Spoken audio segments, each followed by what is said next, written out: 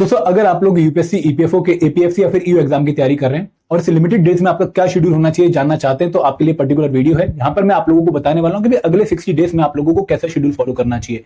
तो पहली बात तो कोई आपकी अपनी प्रिपरेशन को 3 पार्ट्स में डिवाइड कर देना चाहिए, 3 पिलर्स में डिवाइड कर देना चाहिए, क्योंकि इस एग्जाम को क्वालिफाई करने के लिए आपको 3 पिलर्स ही प्रिपेयर करने होते हैं। पहला पिलर है quant, reasoning, English and current affair. यहां पे आपकी डेली की 2 घंटे की शिफ्ट इस पर्टिकुलर पिलर पे जानी चाहिए, जहां पर 1 घंटा आप लोगों को डिवोट करना है till next 50 days for current affair. आप यहां पे मई 2025 ऑनवर्ड करंट अफेयर प्रिपेयर कर सकते हैं। एंड दोस्तों करंट अफेयर को आप 50 दिन तक ही प्रिपेयर करिए, क्योंकि उसके बाद जो करंट अफेयर आपने प्रिपेयर किए होंगे उनको आपको रिवाइज भी करना है। इसके बाद आप इस पर्टिकुलर शिफ्ट में 1 घंटा डिवोट करिए क्वांट, इंग्लिश को अल्टरनेट डे पे। अगर आज आपने क्वांट पढ़ा है तो कल इंग्लिश, फिर क्वांट, फिर इंग्लिश, और हफ्ते में 1 दिन रीजनिंग, क्योंकि रीजनिंग की वेटेज एग्जाम में कम है।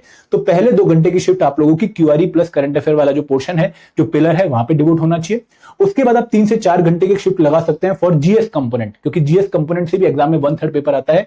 ये भी हमारी प्रिपरेशन का एक इंपॉर्टेंट पिलर है। तो यहां पे आप 15 दिन Indian polity, culture and modern history के लिए 15 से 20 दिन, साइंस के लिए 10 दिन, इंडियन इकोनॉमी छोटा कंपोनेंट है लगभग 5 दिन, और डेवलपमेंटल इश्यूज बहुत ही छोटे टॉपिक है, यहाँ पे 2 दिन आप डिवोट कर सकते हैं। तो फिर यहाँ पर मैं आपको ये सलाह तो नहीं दूंगा कि भाई आप पूरा syllabus end to end revise करिए या फिर पूरा सिलेबस एंड टू एंड इतने दिनों में कवर करिए, नहीं, वो पॉसिबल नहीं है। आप इंपॉर्टेंट एरियाज जो है इन हर एक कंपोनेंट के, उनको इन पर्टिकुलर डेज में कवर करने की कोशिश करिए।